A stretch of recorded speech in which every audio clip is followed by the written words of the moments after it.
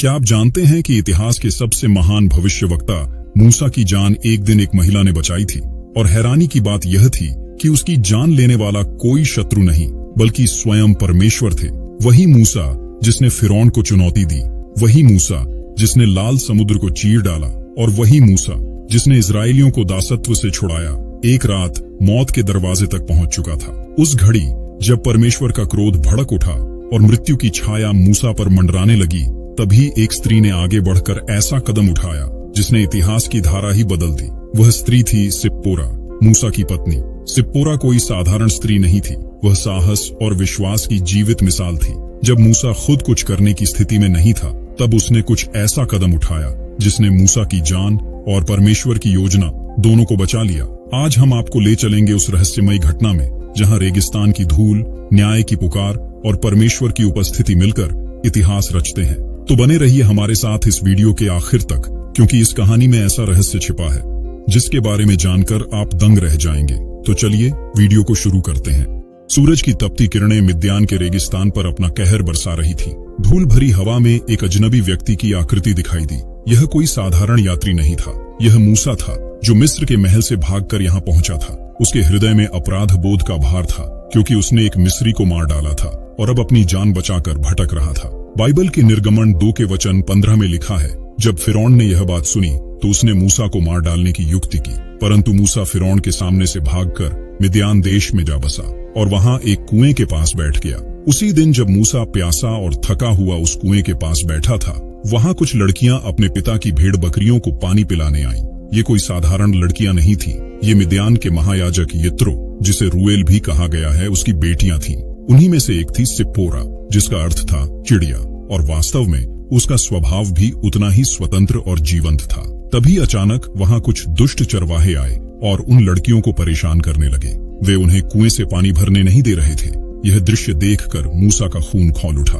हालांकि वह भगोड़ा था, लेकिन न्याय की भावना उसके दिल में अभी भी जीवित थी। निर्गमन 2 के वचन 17 में लिखा है, तब चरवाहे आकर उनको हंकाने लगे, परंतु मूसा ने उठकर उनकी सहायता की और उनकी भेड़ बकरियों को पानी पिलाया। यह महज संयोग नहीं था, यह परमेश्वर की पूर्व निर्धारित योजना थी। जब सिप्पोरा ने इस अजनबी को अपनी और अपनी बहनों की सहायता करते देखा तो उसके दिल में कुछ अलग सा महसूस हुआ। यह व्यक्ति अलग था, इसमें न्याय की भावना थी, साहस था, और सबसे बढ़कर इसकी आंखों में एक अजीब सी गहराई थी, जैसे यह कोई महान उद्देश्य लेकर आया हो। जब सिप्पोरा और उसकी बहनें घर लौटी तो उनके पिता यित्रो ने आश्चर्य से पूछा कि आज वे इतनी जल्दी कैसे लौट आईं। तब उन्होंने पूरी घटना सुनाई, कैसे एक मिस्री अजनबी ने चरवाहों से उनका बचाव किया और उनकी भेड़ों को पानी भी पिलाया। बाइबल में निर्गमन 2 के वचन 18 और 19 में लिखा है, जब वे अपने पिता रूएल के पास पहुंची तब उसने पूछा, आज तुम क्यों इतनी शीघ्र आ गई? उन्होंने कहा, एक मिस्री पुरुष ने चरवाहों के हाथ से हमारा छुटकारा दिलाया और हमारे लिए बहुत पानी भी भरकर भेड़ बकरियों को पिलाया। यित्रो एक बुद्धिमान व्यक्ति था, वह समझ गया कि यह कोई सामान्य घटना नहीं है। उसने तुरंत अपनी बेटी से कहा कि वह उस व्यक्ति को घर ले आए। निर्गमन 2 के वचन 20 में लिखा है, उसने अपनी बेटियों से कहा, वह कहाँ है? तुम उस मनुष्य को क्यों छोड़ आई? उसको बुला लाओ कि वह हमारे साथ भोजन करे। यह मुलाकात भाग्य नहीं बल्कि परमेश्वर की पूर्व निर्धारित योजना थी। जब मूसा यित्रो के घर पहुंचा तो उसे एहसास हुआ कि यहाँ कुछ अलग है। यित्रो केवल एक चरवाहा नहीं था, वह मिद्यान का महायाजक था। उसके पास गहरी आध्यात्मिक समझ थी, और सिप्पोरा वह केवल सुंदर ही नहीं थी बल्कि उसमें एक अलग तरह की बुद्धि और समझदारी थी। दिन बीतते गए और मूसा यित्रो के घर में ही रहने लगा। वह उनकी भेड़ बकरियों की देखभाल करने लगा। इसी दौरान सिप्पोरा और मूसा के बीच एक खूबसूरत रिश्ता बनने लगा। मूसा के दिल में सिप्पोरा के लिए प्रेम जग गया था, लेकिन वह अपने अतीत के कारण संकोच में था। वह सोचता, मैं एक भगोड़ा हूँ, एक हत्यारा, इस निर्दोष लड़की के जीवन में अंधकार कैसे ला सकता हूँ? लेकिन सिप्पोरा ने उसके दिल की आवाज को पहचान लिया था। उसने देखा था कि यह व्यक्ति दुष्ट नहीं है, ये केवल न्याय की खातिर गलत राह पर चला गया है। उसने अपने पिता से मूसा के बारे में बात की। बाइबल के निर्गमन 2 के वचन 21 में लिखा है, और मूसा उस मनुष्य के साथ रहने को प्रसन्न हुआ और उसने अपनी बेटी सिप्पोरा का विवाह मूसा से कर दिया। सिप्पोरा और मूसा का विवाह कोई साधारण विवाह नहीं था। यह केवल 2 दिलों का मिलन नहीं था, बल्कि परमेश्वर की उस महान योजना का हिस्सा था जिसमें मूसा आने वाले समय में इस्राएलियों का उद्धारकर्ता बनने वाला था। सिप्पोरा अब सिर्फ पत्नी नहीं थी, बल्कि उस व्यक्ति की जीवन संगिनी बनी थी जिसे परमेश्वर ने एक महान कार्य के लिए चुना था। विवाह के बाद उनके घर में खुशियां आईं। सिप्पोरा ने एक पुत्र को जन्म दिया। निर्गमन 2 के वचन 22 में लिखा है, और उसके एक पुत्र हुआ, और मूसा ने उसका नाम गेरशोम रखा, क्योंकि उसने कहा, मैं पराये देश में परदेशी हूँ। इस नाम का अर्थ था वहां एक परदेशी, और यह मूसा के मन की गहराई को दर्शाता था। वह अब भी स्वयं को पराया, अकेला और भटकता हुआ महसूस करता था। साल बीतते गए। मूसा अब एक शांत चरवाहे के जीवन जी रहा था। सिप्पोरा ने उसके जीवन में स्थिरता लाई थी। उनका एक और पुत्र हुआ, जिसका नाम एलिएजर रखा गया, जिसका अर्थ था मेरा परमेश्वर सहायक है। इस नाम ने गवाही दी कि मूसा का जीवन अब केवल उसके अतीत की छाया नहीं, बल्कि परमेश्वर की मदद और कृपा का प्रमाण भी है। हालांकि मूसा ने सोचा कि उसका जीवन अब इसी तरह बीतेगा, लेकिन परमेश्वर ने उसे नहीं भुलाया था। वह केवल उचित समय की प्रतीक्षा कर रहा था। और फिर वह रहस्यमय दिन आया, जब मूसा अपनी ससुर यित्रो की भेड़ बकरियां चराते हुए होरेब पर्वत पहुंचा, जिसे परमेश्वर का पर्वत भी कहा जाता था। वहां उसने एक अद्भुत दृश्य देखा। एक झाड़ी आग से जल रही थी, लेकिन भस्म नहीं हो रही थी। बाइबल में निर्गमन 3 के वचन 2 और 3 में लिखा है, और यहोवा के दूत ने झाड़ी के बीच से आग की लौ में उसको दर्शन दिया, और उसने देखा कि झाड़ी जल रही है, परंतु भस्म नहीं होती। तब मूसा ने कहा, मैं उधर जाकर यह बड़ा अद्भुत दृश्य देखूंगा कि झाड़ी क्यों नहीं जलती। यह वह क्षण था जब परमेश्वर ने मूसा को अपने महान उद्देश्य के लिए बुलाया। उसे मिस्र वापस जाकर इजरायलियों को बंधन से छुड़ाना था। जब मूसा घर लौटा और सिप्पोरा को यह बात बताई, तो उसके दिल में मिश्रित भावनाएं आईं। खुशी इस बात की कि परमेश्वर ने उसके पति को इतने महान कार्य के लिए चुना है, लेकिन चिंता इस बात की कि अब उनका शांत जीवन बदल जाएगा। यहीं से कहानी अपने सबसे रहस्यमय और रोमांचक मोड़ पर पहुंचती है, जब मूसा परमेश्वर की आज्ञा के अनुसार अपनी पत्नी सिप्पोरा और बच्चों के साथ मिस्र की ओर यात्रा पर निकला, तो रास्ते में एक भयानक घटना घटी। बाइबल बताती है कि परमेश्वर स्वयं मूसा से भेंट करने आया और उसे मार डालना चाहा। निर्गमन 4 के वचन 24 में लिखा है, मार्ग में सराय में ऐसा हुआ कि यहोवा ने मूसा से भेंट करके उसे मार डालना चाहा। लेकिन क्यों? आखिर ऐसा क्या हुआ था? दरअसल मूसा ने अपने पुत्रों का खतना नहीं कराया था। खतना परमेश्वर और उसके लोगों के बीच की वाचा का पवित्र चिन्ह था। यह केवल एक परंपरा नहीं, बल्कि इजराइल की पहचान थी। मूसा, जो स्वयं परमेश्वर का चुना हुआ सेवक था, इस बात की अनदेखी नहीं कर सकता था। यही कारण था कि यह स्थिति उसके जीवन पर मृत्यु का साया बनकर आई। लेकिन इसी निर्णायक घड़ी में सिप्पोरा ने असाधारण साहस और आत्मिक समझ दिखाई। उसने तुरंत पहचाना कि समस्या कहां है और बिना देर किए कदम उठाया। उसने एक तेज चकमक पत्थर लेकर अपने पुत्र का खतना किया। निर्गमन 4 के वचन 25 में लिखा है, तब सिप्पोरा ने एक तेज चकमक पत्थर लेकर अपने बेटे की खलड़ी को काट डाला और मूसा के पांवों पर यह कहकर फेंक दिया, निश्चय तू लहू बहाने वाला मेरा पति है। सिप्पोरा की इस तत्परता ने मूसा की जान बचाई। यह घटना दिखाती है कि सिप्पोरा केवल एक साधारण पत्नी नहीं थी, उसमें आध्यात्मिक समझ थी और वह परमेश्वर की इच्छा को समझ सकती थी। उसकी इस वीरता के कारण परमेश्वर का क्रोध शांत हुआ। बाइबल के निर्गमन 4 के वचन 26 में लिखा है, तब यहोवा ने उसे छोड़ दिया और उसी समय खतने के कारण वह बोली, तू लहू बहाने वाला पति है। कुछ विद्वान मानते हैं कि सिप्पोरा इस कार्य से प्रसन्न नहीं थी। वह मिद्यानी स्त्री थी और खतना यहूदी रीति थी। संभव है कि उसे यह रीति खटक रही थी, लहू बहाने वाला पति कहकर उसने मूसा पर नाराजगी या व्यंग्य जताया हो कि उसने उसे इस रक्त से जुड़ी परंपरा में शामिल होने पर मजबूर कर दिया। पर दूसरी ओर उसने समझ लिया कि यह परमेश्वर की शर्त थी। अब आप सोच रहे होंगे कि यह खतना क्या है, तो आपको हम बता दें कि खतना कोई साधारण शारीरिक प्रक्रिया नहीं, ये एक आत्मिक प्रतीक है, एक वाचा का चिन्ह जो परमेश्वर और उसके चुने हुए लोगों के बीच संबंध को दर्शाता है। बाइबल में उत्पत्ति 17 के वचन 10 में लिखा है, यह मेरी वाचा है जिसे तुम मेरे और तुम्हारी संतानों के बीच रखोगे। तुम्हारे बीच के हर पुरुष का खतना होगा। खतना का मतलब है पुरुष के शरीर की उस त्वचा को काटना जो उम्मीद करते हैं कि आप समझ गए। इसे खलड़ी कहा जाता है। लेकिन ध्यान दीजिए, परमेश्वर के लिए ये सिर्फ शरीर की बात नहीं थी, ये एक आत्मिक समर्पण का प्रतीक था। एक ऐसा संकेत कि यह व्यक्ति अब परमेश्वर के लिए अलग किया गया है। अब आप यह सोच रहे होंगे कि आज के समय में ये क्यों नहीं होता, क्योंकि जब यीशु मसीह आए तब उन्होंने एक नई वाचा स्थापित की। अब परमेश्वर को बाहरी खतना नहीं बल्कि हृदय का खतना चाहिए। बाइबल में रोमियो 2 के वचन 29 में लिखा है, खतना तो मन का होता है, आत्मा में, न कि अक्षर में। ऐसा व्यक्ति प्रशंसा मनुष्यों से नहीं परंतु परमेश्वर से पाता है। यानी अब परमेश्वर यह देखता है कि क्या हमने अपने जीवन से पाप, अहंकार और अधर्म की खलड़ी को काटा है या नहीं। आगे हम देखते हैं कि इस घटना के बाद एक कष्टकारी निर्णय लेना पड़ा। मूसा को एहसास हुआ कि आने वाली यात्रा और मिस्र में होने वाले संघर्ष बहुत खतरनाक है। उसने सिप्पोरा और अपने बच्चों को वापस मिद्यान उनके पिता के पास भेज दिया। सिप्पोरा समझती थी कि उसका पति एक महान उद्देश्य के लिए जा रहा है, लेकिन फिर भी यह बिछुड़न आसान नहीं था। वह जानती थी कि मूसा को उसकी जरूरत होगी, लेकिन बच्चों की सुरक्षा भी महत्वपूर्ण थी। निर्गमन 18 के वचन 2 में लिखा है, तब मूसा की ससुर यित्रो ने मूसा की स्त्री सिप्पोरा को, जिसे उसने विदा किया था, ले लिया। इसके बाद मूसा अकेला मिस्र गया। वहां उसने फरौन के सामने परमेश्वर के चमत्कार दिखाए। 10 विपत्तियां आईं और अंततः इजरायली मिस्र से निकल आए। लेकिन सिप्पोरा की कहानी यहीं समाप्त नहीं हुई। वह धैर्य के साथ अपने पति की वापसी का इंतजार करती रही। जब इजरायली लाल समुद्र को पार करके सिनाई के रेगिस्तान में पहुंचे तो मूसा के लिए एक सुखद समाचार आया। उसका ससुर यित्रो अपनी बेटी सिप्पोरा और उसके दोनों बेटों को लेकर उससे मिलने आ रहा था। निर्गमन 18 के वचन 5 में लिखा है, मूसा का ससुर यित्रो उसकी स्त्री और 2 बेटों को साथ लेकर उस रेगिस्तान में, जहां मूसा ने परमेश्वर के पर्वत के पास डेरा डाला था, उसके पास आया। कल्पना कीजिए यह पुनर्मिलन कितना भावुक रहा होगा। मूसा महीनों बाद अपनी पत्नी और बच्चों से मिल रहा था। उस क्षण का आनंद शब्दों से परे था। मूसा ने उन्हें सब कुछ बताया, कैसे परमेश्वर ने लाल समुद्र को 2 भागों में बांट दिया, कैसे फरौन की पूरी सेना जल में डूब गई और कैसे परमेश्वर ने अपनी अद्भुत शक्ति से इस्राएल को दासत्व से छुड़ाया। निर्गमन 18 के वचन 8 में लिखा है, और मूसा ने अपने ससुर से वह सब कुछ वर्णन किया जो यहोवा ने इस्राएलियों के कारण फिरौन और मिस्रियों से किया था, और जो कष्ट मार्ग में उन पर पड़े थे, और यह भी कि यहोवा ने किस रीति से उनका उद्धार किया था।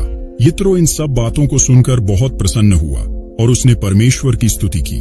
बाइबल के निर्गमन 18 के वचन 9 और 10 में लिखा है, यित्रो उस सारी भलाई के कारण जो यहोवा ने इस्राएलियों से की थी और इस कारण कि उसने उन्हें मिस्रियों के हाथ से छुड़ाया था, बहुत आनंदित हुआ। और यित्रो ने कहा, यहोवा धन्य है जिसने तुमको मिस्रियों और फिरौन के हाथ से छुड़ाया और प्रजा को मिस्रियों के वश से छुटकारा दिलाया। यह पुनर्मिलन केवल एक परिवार का मिलन नहीं था, बल्कि यह परमेश्वर की विजय का उत्सव था। यहाँ एक ओर पति पत्नी और पिता बच्चों की खुशी थी और दूसरी ओर परमेश्वर की अद्भुत मुक्ति की गवाही। सिप्पोरा की वापसी के साथ मूसा के जीवन में फिर से स्थिरता आई, लेकिन जल्द ही यित्रो ने देखा कि मूसा अकेले ही सभी इजरायलियों की समस्याओं का समाधान करने की कोशिश कर रहा है। एक दिन यित्रो ने देखा कि सुबह से शाम तक लोगों की लंबी कतार लगी हुई है और मूसा अकेला ही सभी के विवादों का निपटारा कर रहा है। यह देखकर उसे चिंता हुई। बाइबल में निर्गमन 18 के वचन 17 और 18 में लिखा है, तब मूसा के ससुर ने उससे कहा, जो काम तू करता है वह अच्छा नहीं, तू भी अवश्य थक जाएगा और ये लोग भी जो तेरे संग हैं थक जाएंगे, क्योंकि यह काम तेरे लिए बहुत भारी है, तू इसे अकेला नहीं कर सकता। यित्रो ने मूसा को सलाह दी कि वह योग्य और भरोसेमंद व्यक्तियों को चुने और उन्हें हजारों, सैकड़ों, 50 और 10 का अधिकारी बनाए। इस प्रकार छोटे छोटे विवाद वे अधिकारी निपटाए और केवल कठिन मामलों को मूसा तक पहुंचाए। यहाँ हम देखते हैं कि सिप्पोरा के परिवार का मूसा के नेतृत्व में कितना महत्वपूर्ण योगदान था। निर्गमन 18 के वचन 24 में लिखा है, मूसा ने अपने ससुर की बात मानी और जो कुछ उसने कहा था वैसा ही किया। ये व्यवस्था न्यायाधीशों की स्थापना का आधार बनी, जो आज तक न्याय प्रणाली में उपयोग होती है। समय बीतता गया, लेकिन मूसा के जीवन में चुनौतियां कभी खत्म नहीं हुई। एक दिन तो उसके अपने ही भाई बहन हारून और मिरियम उसके विरुद्ध बोल उठे। बाइबल में गिनती 12 के वचन 1 में लिखा है, मिरियम और हारून ने कूशी स्त्री के कारण, जिसे मूसा ने ब्याहा था, मूसा की निंदा की। यहाँ एक रहस्य छिपा है। यह कूशी स्त्री कौन थी? कुछ विद्वानों का मानना है कि यह कोई और नहीं बल्कि सिप्पोरा ही थी। उसकी पहचान और उसकी निष्ठा पर सवाल उठाए गए, लेकिन सिप्पोरा कोई साधारण स्त्री नहीं थी। वह एक मौन योद्धा थी। उसने कभी मंच पर आकर अपने लिए कुछ नहीं मांगा, बल्कि पीछे रहकर अपने पति के मिशन को पूरा करने में सहायक बनी रही। नीति वचन 31 के वचन 10 और 11 में लिखा है, भली पत्नी कौन पा सकता है, क्योंकि उसका मूल्य मूंगों से भी बहुत अधिक है। उसके पति का मन उस पर भरोसा रखता है और उसे लाभ की घटी नहीं होती। सिप्पोरा वास्तव में ऐसी ही पत्नी थी। उसने कभी अपने व्यक्तिगत आराम और सुख को मूसा के दिव्य कार्य के बीच नहीं आने दिया। उसने हमेशा उसका साथ दिया, चाहे परिस्थितियां कितनी ही कठिन क्यों न हो। यही उसकी महानता थी। मौन रहकर भी वह परमेश्वर की योजना में एक महत्वपूर्ण स्तंभ बनी रही। बाइबल में सिप्पोरा के बारे में अधिक विवरण नहीं मिलता, लेकिन यही उसकी महानता दिखाता है। वह एक ऐसी महिला थी जो पर्दे के पीछे से अपने पति का साथ देती रही। कभी कभी सबसे महान योगदान वही होता है जो दिखाई नहीं देता। जब मूसा सिनाई पर्वत पर 40 दिन रहकर व्यवस्था प्राप्त कर रहा था, तो कौन था जो घर की देखभाल कर रहा था? जब वह दिन भर लोगों की समस्याओं का समाधान कर रहा था, तो कौन था जो उसे मानसिक शांति प्रदान कर रहा था? यह सिप्पोरा ही थी, एक ऐसी स्त्री जो अपने पति की थकान, उसके बोझ और उसके संघर्ष को बिना शोर शराबे के समझती और सहती थी। उसने कभी मंच पर आकर भाषण नहीं दिया, उसने कोई चमत्कार नहीं किया, लेकिन उसके मौन समर्थन ने मूसा को अपने दिव्य कार्य में स्थिर रखा। बाइबल हमें यह सिखाती है कि परमेश्वर केवल मंच पर खड़े व्यक्तियों का ही नहीं, बल्कि पर्दे के पीछे चुपचाप सेवा करने वालों का भी सम्मान करता है। सिप्पोरा की चुप्पी कमजोरी नहीं, बल्कि उसकी सबसे बड़ी ताकत थी। उसकी उपस्थिति ने मूसा के नेतृत्व को संतुलित किया, और अगर वह न होती तो शायद इतिहास की दिशा ही कुछ और होती। जब मूसा परमेश्वर से व्यवस्था लेने के लिए सिनाई पर्वत पर चढ़ा और 40 दिन 40 रात तक वहां ठहरा, तो इजरायली लोग बेचैन हो उठे। उन्हें लगा कि मूसा अब वापस नहीं आएगा। डर और अधीरता ने उन्हें गलत दिशा में धकेल दिया। उन्होंने हारून से कहा कि वह उनके लिए कोई देवता बनाए जो उनके आगे आगे चले। हारून भी उनकी बातों में आकर एक सुनहरे बछड़े की मूर्ति बना बैठा। निर्गमन 32 के वचन 1 में लिखा है, जब लोगों ने देखा कि मूसा पर्वत से उतरने में देर लगा रहा है, तब लोग हारून के पास इकट्ठे होकर उससे कहने लगे, चल हमारे लिए देवता बना जो हमारे आगे आगे चले, क्योंकि उस मूसा का जो हमें मिस्र देश से छुड़ा लाया, हम नहीं जानते कि क्या हुआ। यह एक भयानक पाप था जिसने परमेश्वर के कोप को भड़का दिया। जब मूसा पर्वत से लौटा और उसने अपने ही लोगों को मूर्ति की पूजा करते देखा, तो उसका क्रोध आग की तरह भड़क उठा। उसके दिल पर गहरा आघात हुआ।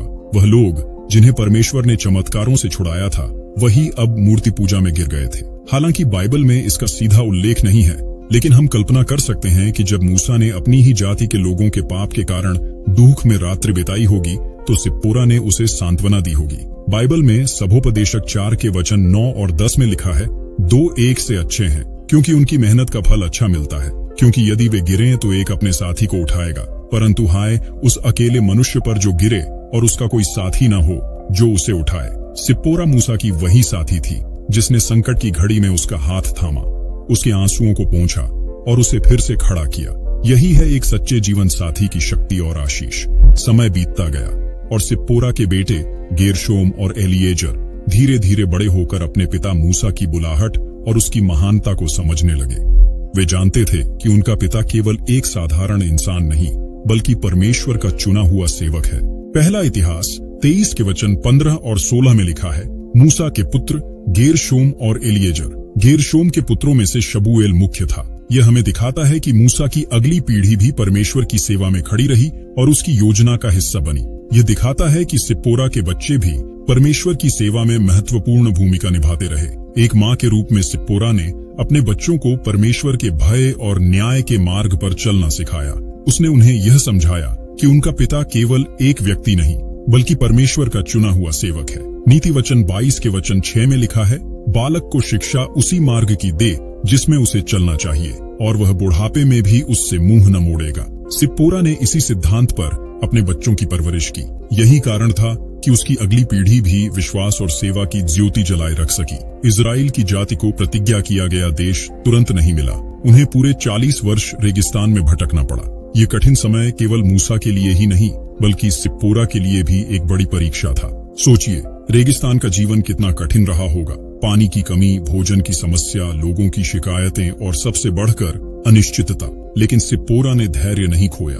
वह जानती थी कि परमेश्वर अपना वादा पूरा करेगा। यशायाह 40 के वचन 31 में लिखा है, परंतु यहोवा की बाट जोहने वालों के बल नए होते जाएंगे।